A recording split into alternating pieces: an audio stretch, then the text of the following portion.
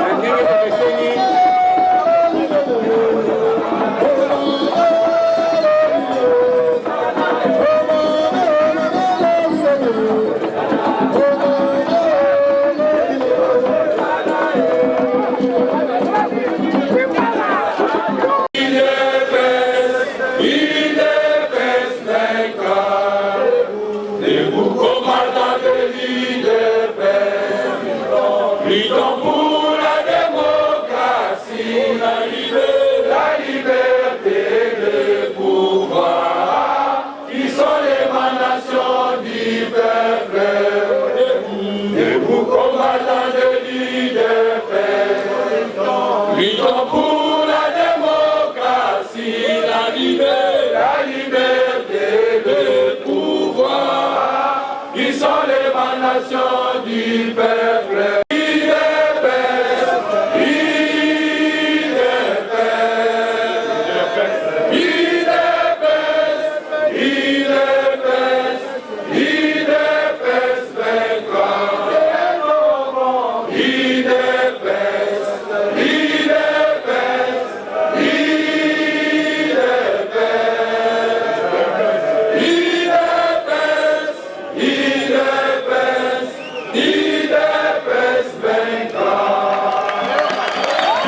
Merci, l'avançon, Maboko, Malamoko, Tozali Koleka,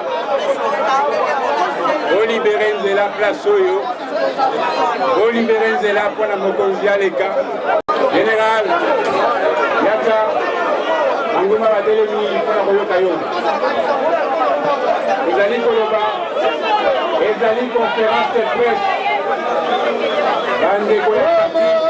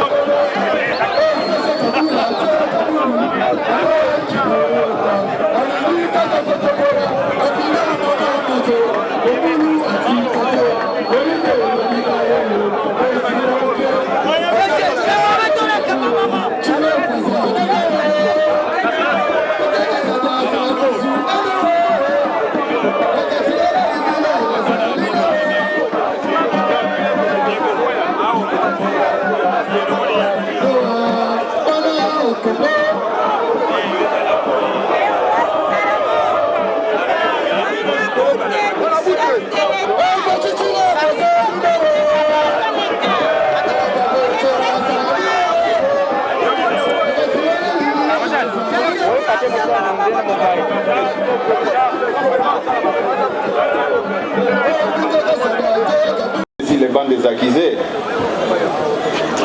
nous voulons aussi apporter notre son de cloche devant nos amis de la presse.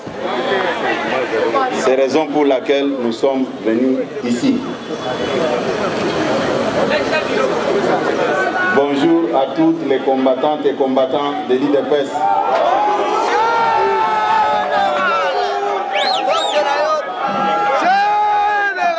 Avant de commencer notre communication de ce jour, je vous prie de vous tenir debout en observant une minute de silence en mémoire de nos frères et sœurs de l'Est.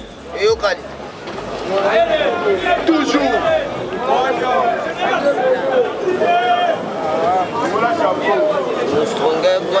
Ok, merci.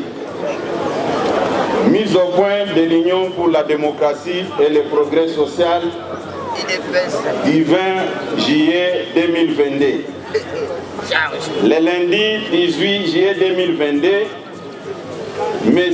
Jean-Marc Kaboun, député national élu sur la liste de l'IDPS, ancien secrétaire général et président par intérim de l'IDPS Tshisekedi, récemment exclu du parti pour, entre autres, détournement de plusieurs millions de cartes.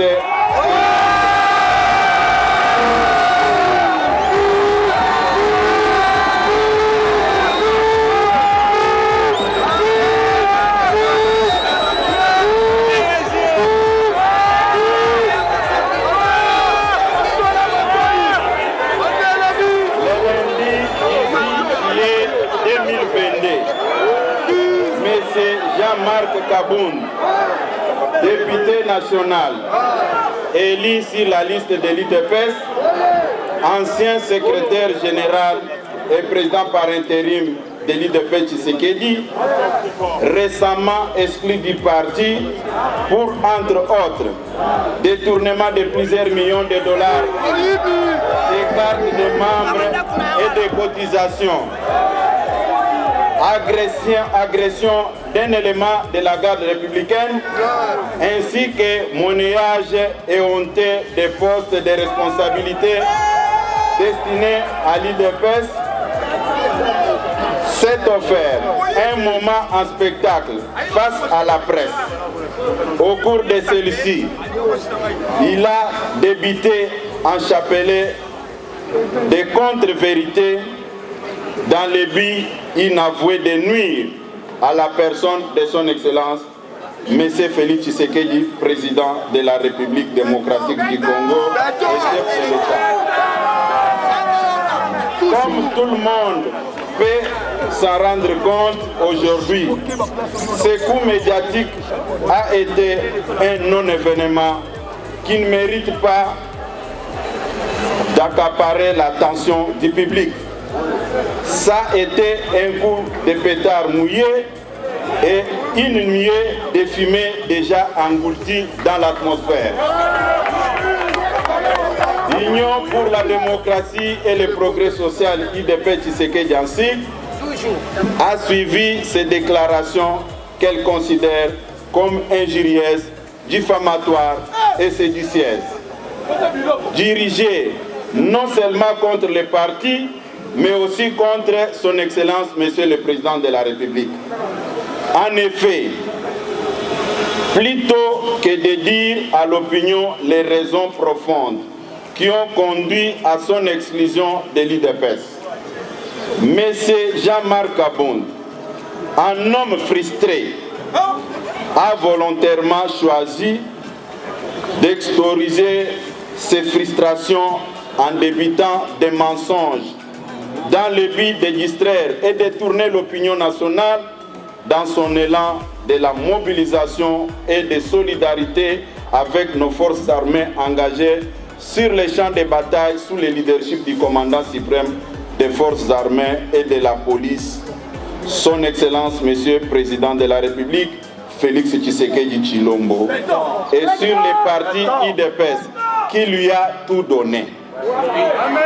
Dans les lignes qui suivent, nous vous exposons la personnalité de M. Jean-Marc Kabound pour vous permettre de comprendre sa vraie nature, qui justifie tous les faits et actes passés et présents, avant de révéler et de tordre les coups à ces contre-vérités avec chiffres à l'appui.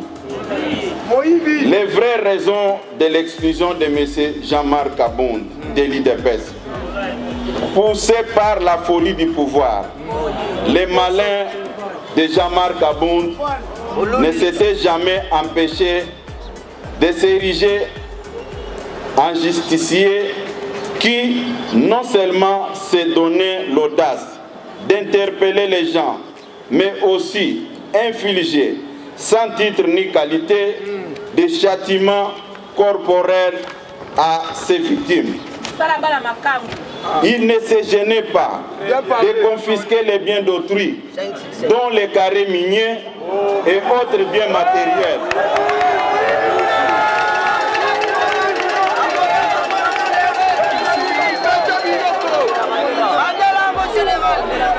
Il ne se gênait pas de confisquer les biens d'autrui, dont les carrés miniers et d'autres biens matériels. Il se réclamait d'être héritier de Tshisekedi. Tous les combats menés par Étienne Tshisekedi, il ne s'est jamais octroyé les biens d'un paisible citoyen. À titre d'exemple, au mois de novembre 2021, Serge Jean-Marc Kabound avait ravi les carrés d'un paisible citoyen congolais sans juste motif. C'est à la suite de plusieurs interventions lui faisait comprendre que son comportement ne reflétait en rien l'esprit tshisekédiste et notre idéologie socialiste. Que cette mine a été restituée à son propriétaire, provoquant la sainte colère de Jean-Marc. Ce comportement barbare et immoral son comportement barbare et immoral ne discréditait pas seulement son auteur, mais aussi le parti qui se trouvait par ces faits mis en marge de l'idéal de l'état de droit prôné par nos pères fondateurs qui avaient consenti d'énormes sacrifices et payé l'effort de leur vie pour sa matérialisation. Sans devoir énumérer toutes les antivaleurs qui ont caractérisé sa gestion calamiteuse de notre formation politique, dont notamment enrichissement personnel rapide et sans cause, insolence et la délinquance politique, ainsi que les manipulations tribales au sein du parti. Les derniers méfaits visibles et connus de M. Jean-Marc Kabound, qui lui a valu l'exclusion de l'UDPS, n'est pas une quelconque contradiction idéologique ou politique avec le chef de l'État, Félix Tshisekedi. Moins encore avec les instances du parti dont il assurait personnellement de manière autocratique la direction, mais plutôt sa délinquance qui l'a conduit à humilier publiquement par le canal de ses gardes du corps un membre de nos forces armées, plus précisément un élément de la garde républicaine. Ayant étalé constamment son immoralité sur la place publique, son incapacité à vivre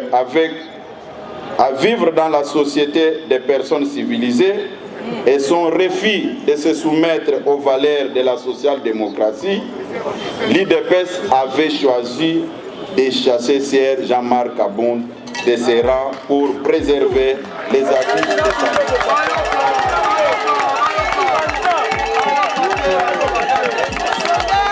Des contre-vérités de M. Jean-Marc Abound sur le prétendu stagiaire et jussaire qui serait au sommet de l'État. Venu à la tête du parti dans les conditions que tout le monde connaît et sur lesquelles je reviendrai brièvement. Jean-Marc Abound n'avait assumé aucune fonction publique dans sa vie. Il s'est tout de suite retrouvé vice-président de l'Assemblée nationale. Il a été seul à la sélection, ou bien il a été seul à sélectionner les 90% des collaborateurs actuels du chef de l'État et la totalité des membres du parti au gouvernement. À les qualifier des stagiaires, soit qui les avait sélectionnés à dessein pour nuire au mandat de l'UDPS et de son Excellence, Monsieur le Président de la République, à la tête du pays. Soit qu'il était lui-même d'une incompétence caractérisée, qu'il ne les avait pas su stagiaires. Lorsque Sieur Abound parle des jussaires, il faut qu'il précise s'il ne s'adresse pas à lui-même. En une année du mandat à l'Assemblée nationale, il construit une école d'une valeur de 350 000 $, soit équivalent de 30 000 $ américains mensuels. Alors que 2 ans avant, M. Abound n'avait pas un trait de vie que nous avons vécu ces derniers jours. Vraiment. Sur la gestion de la guerre, à cette période où le pays fait face à une agression rwandaise, en même temps que la nation se mobilise autour du chef de l'État pour soutenir nos forces d'armée, l'UDPS est surprise par les déclarations tapageuses et irresponsables débutées par Sieur Jean-Marc Abound, affirmant sans preuve que le régime Tshisekedi n'a rien investi dans l'armée. Par ces déclarations, M. Jean-Marc Abound a montré clairement son acquaintance avec les ennemis de la République et devrait désormais être traité des traîtres de la nation. Car, plus que jamais, notre armée n'a jamais occupé les centres de préoccupation de nos dirigeants plus que maintenant. Les militaires sont recrutés, formés, équipés. Des efforts visibles sont consentis pour améliorer leurs conditions de vie. J'en passe. Sur les prétendus faible mobilisation des recettes. En ce qui concerne les finances publiques, depuis 2019, le budget de l'État a subi chaque année de fortes mutations en termes d'amélioration des performances dans le recouvrement des recettes publiques et dans les dépenses sociales. De 3 milliards de dollars du niveau de réalisation des assignations budgétaires avant 2019, soit la moyenne de 40%. Le budget de l'État est en train de hisser autour de 10 milliards de dollars, soit plus de 3 fois.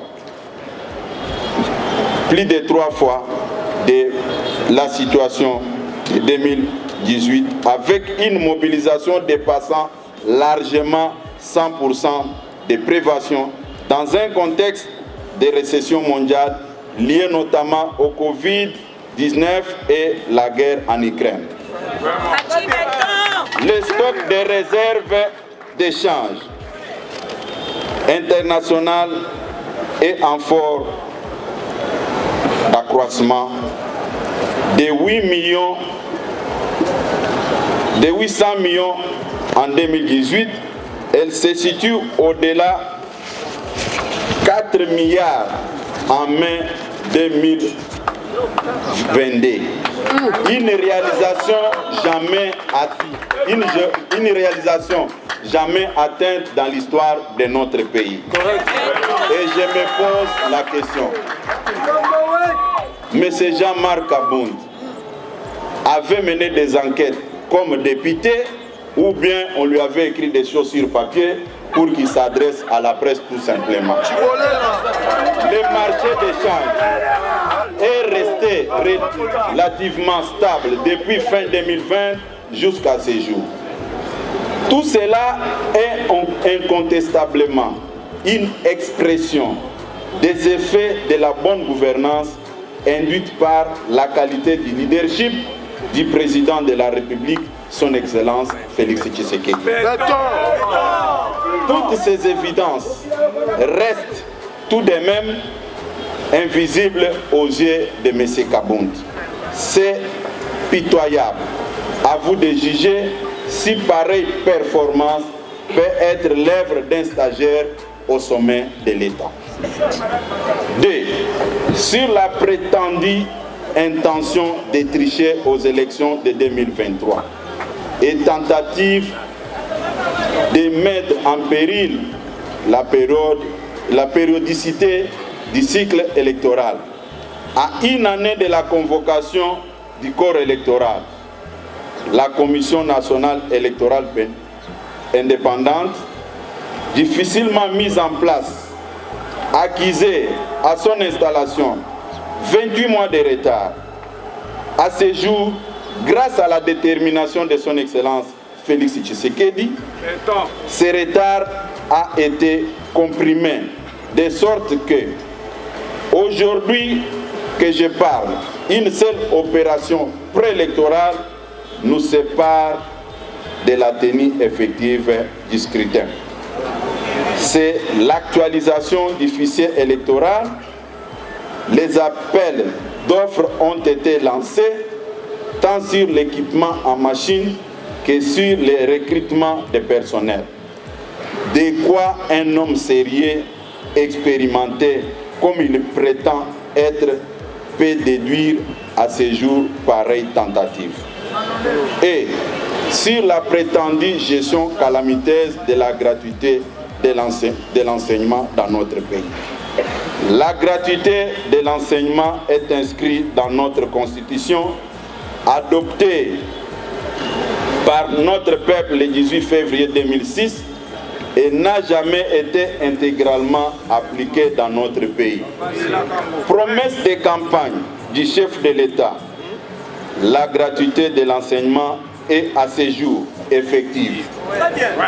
Parmi ces effets, on peut citer notamment la révision à la hausse des salaires de base de tous les enseignants, l'alignement et paiement de plus de 250 000 enseignants restés nouvelle unité.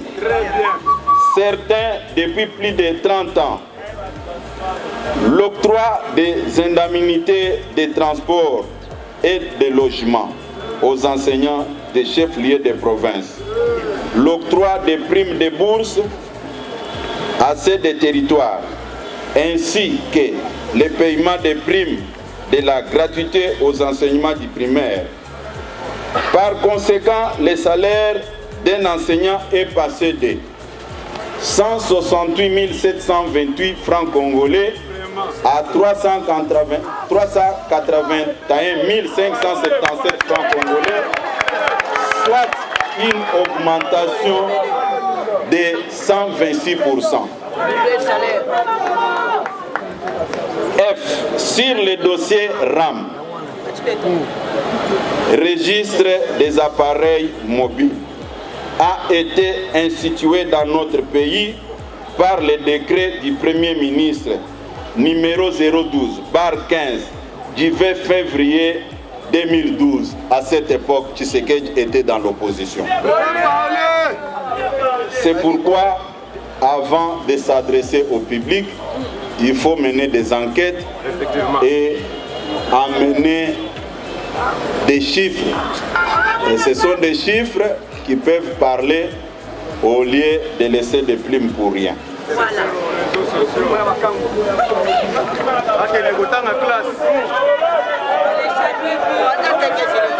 Mais le plus grave que ce monsieur de Jean-Marc, comme député, alors à l'époque deuxième personnalité de l'Assemblée nationale, n'a pas touché d'un seul coup lors des discussions de ce dossier à l'Assemblée nationale. Il a entendu son éviction pour venir se déballer par une sorte de règlement des comptes. L'on peut comprendre en quoi les mensonges restent intimement liés aux jeunes même de Jean-Marc Abound, qui à son temps a dû mentir sur ses origines pour gagner la confiance du fait docteur Étienne Tshisekedi. Un petit rappel. Le monsieur, quand il est arrivé ici, il s'est fait passer pour un Katangé Karundé au moment où il était originaire des territoires de Luisa. Et deuxième élément, des fils de son état, il avait menti encore qu'il était licencié en relations internationales.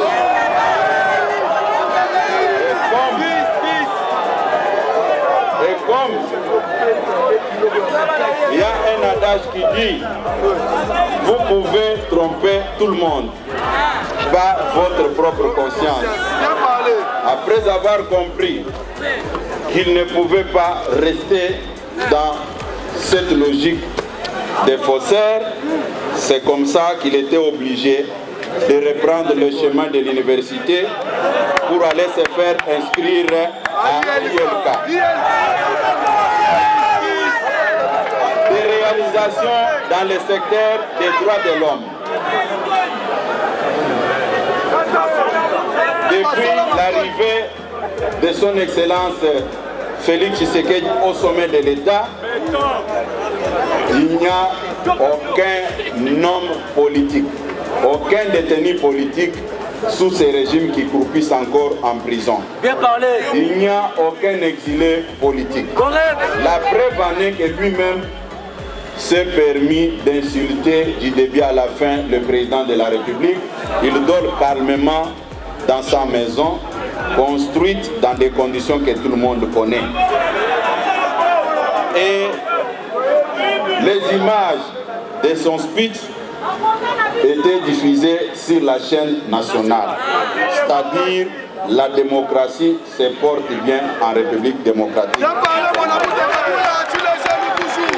le plan diplomatique, retour de la RDC dans le concert des nations.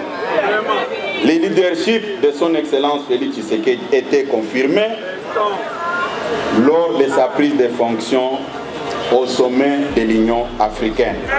Aujourd'hui, il préside la CAC que tout le monde connaît. De telles réalisations ne pouvaient pas pousser un monsieur qui réfléchit de l'échec sur le plan diplomatique.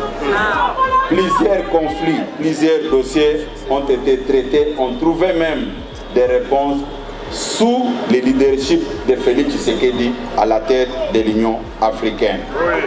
D'autres réalisations au niveau de la fonction publique que j'allais oublier. À titre d'exemple, un huissier retraité pouvait toucher 8 000 francs congolais par mois. Avec Félix Tshisekedi, ce salaire est passé de 8 000 francs à 87 000 francs. un directeur chef de service retraité pouvait toucher 12 000 francs par mois. Et aujourd'hui, le salaire est passé de 12 000 à 120 000 francs congolais. C'est-à-dire de 300% à 800%. Cette majoration ne dit rien devant M. Kabound.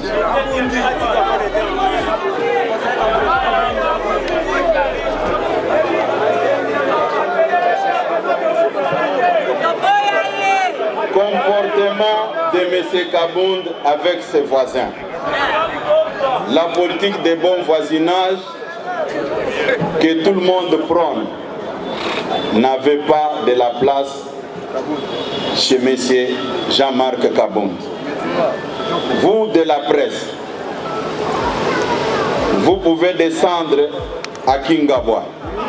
Comment expliquer un président par intérim d'un parti au pouvoir pouvait se donner le luxe d'autoriser, d'envoyer ses gardes du corps aller trouer les pneus de ses voisins en face de sa résidence?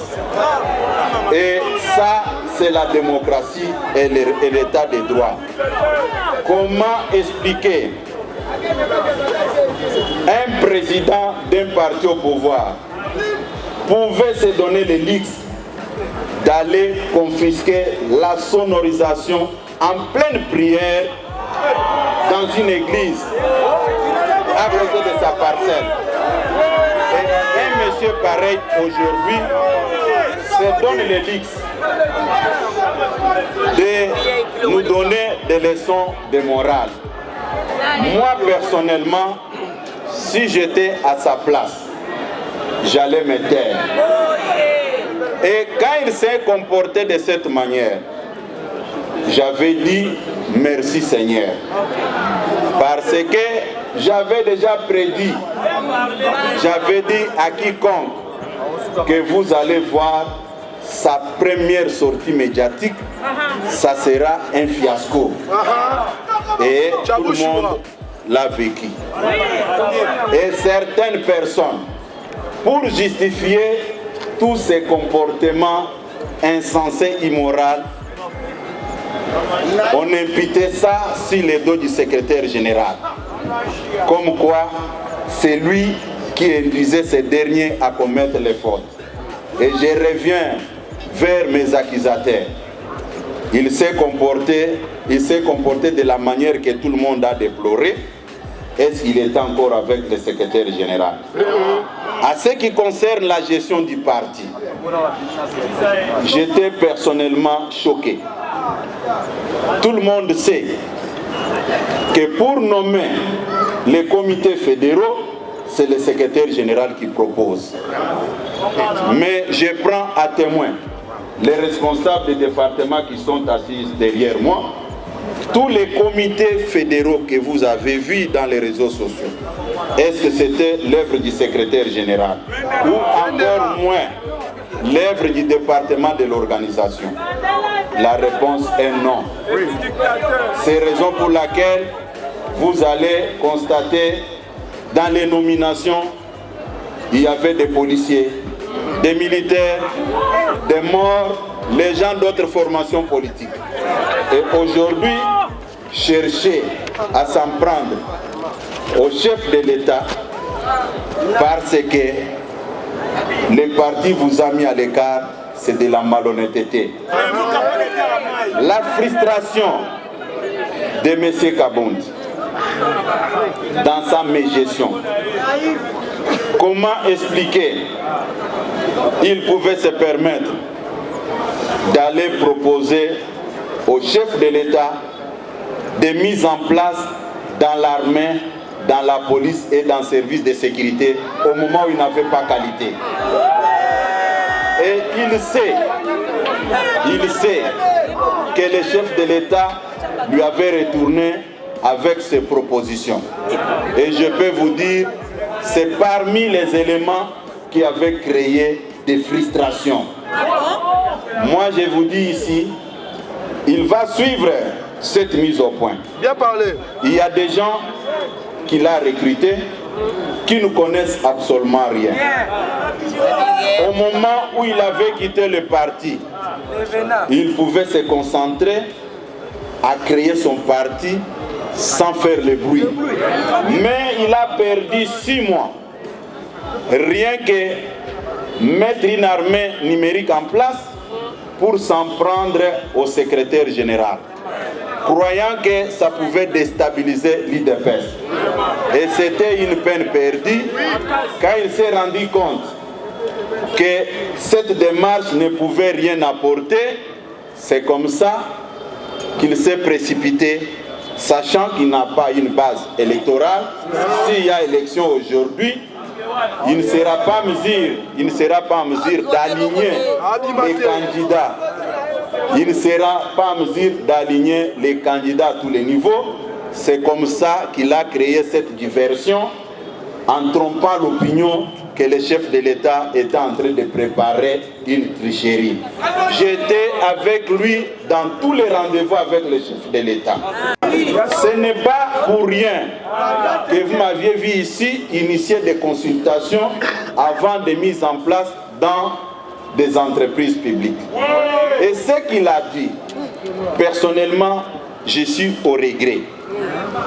Depuis qu'il avait quitté le parti, je disais à tout un chacun, calmez-vous, ça ne sert à rien de revenir sur le passé.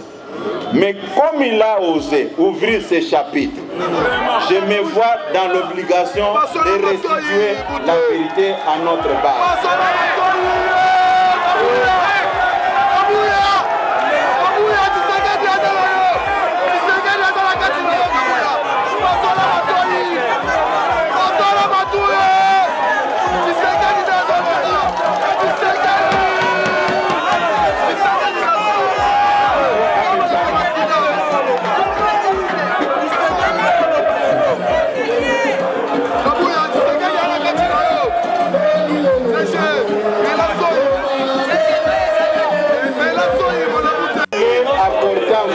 Une précision. S'il vous plaît, quand j'évoquais les problèmes de mise en place au niveau de nos fédérations, je voulais apporter une précision de taille. Ce n'est pas que le secrétaire général et le département de l'organisation n'avaient rien fait. On avait mis toutes nos énergies en place pour proposer les comités fédéraux à sa signature. Malheureusement, après avoir terminé le travail, vous pouvez vérifier l'information. Il nous a manqué du respect. Il a pris ce travail, il l'a mis dans son tiroir, il a convoqué son petit staff pour faire le travail que nous on avait fait pendant 1 mois et demi. Et quand les gens sont venus me voir, je leur ai dit ceci: laissez le temps au temps. Nous allons marcher avec ce que lui va nous proposer. Et c'est connu de tout le monde. Un jour, un de mes adjoints est revenu d'une mission. Il est là, le secrétaire général adjoint de Obizi. Il m'a fait un rapport que moi-même je n'ai pas voulu approuver pour sauvegarder son image. Ce n'est pas que j'avais peur, mais je voulais sauvegarder la stabilité et l'unité au sein du parti. Malheureusement, notre gentillesse lui a crié, c'était un signe de faiblesse. Exactement. Il y a beaucoup de choses que je vous promets ici devant la presse. Comme lui a choisi la voie de s'en prendre au chef de l'État, il faut que tout le monde le sache. Il faut que tout le monde le sache aujourd'hui. Une fois élu premier vice-président de l'Assemblée nationale, si nous pouvons faire les calculs, il ne mettait plus encore ses pieds ici pour diriger le parti. Il dirigeait le parti au téléphone. Il prenait des décisions au téléphone. C'est moi, votre humble serviteur, qui avait pris la charge de garder cette base qui est aujourd'hui devant nous. Et il pensait dresser la base contre les chefs de l'État. Lui réfléchissait et moi aussi je réfléchissais. Aujourd'hui, la base est restée derrière les chefs de l'État. À vous les amis de la presse. À vous les amis de la presse. Monsieur Kabound a parlé des Jusser. Quand vous regardez ce qu'il était et ce qu'il est aujourd'hui, qui est Jusser et qui n'est pas Jusser?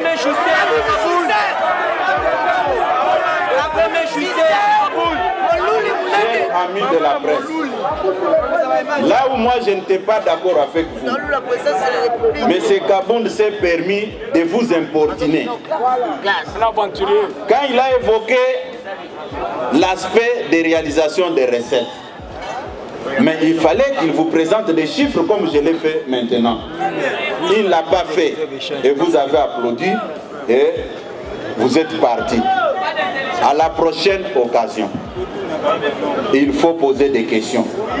C'est la moindre des choses.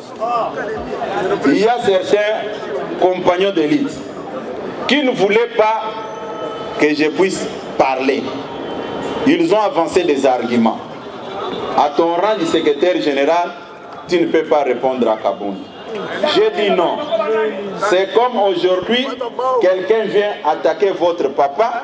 Comme vous êtes habillé en tenue de couleur blanche, vous dites que non, je serai sali. Je dois d'abord défendre mon père et les habits on verra après.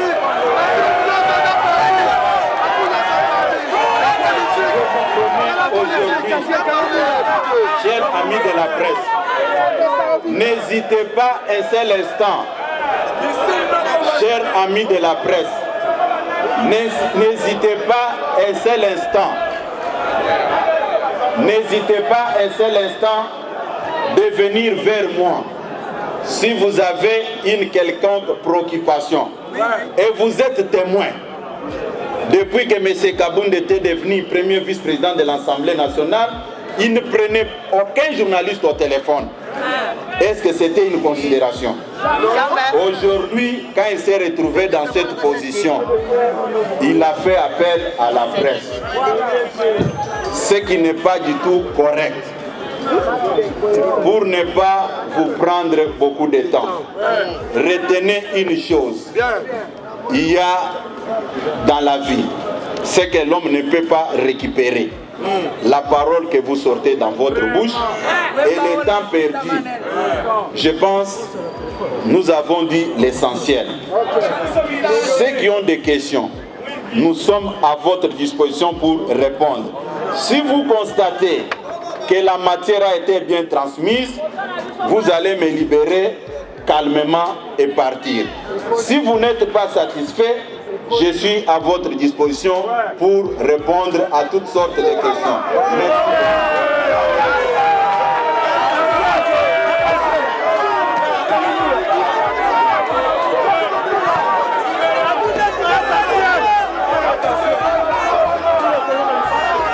Oui, comme vous-même vous avez reconnu que la matière a été bien transmise, je peux vous souhaiter un bon retour. Merci. Que le Seigneur Dieu Tout-Puissant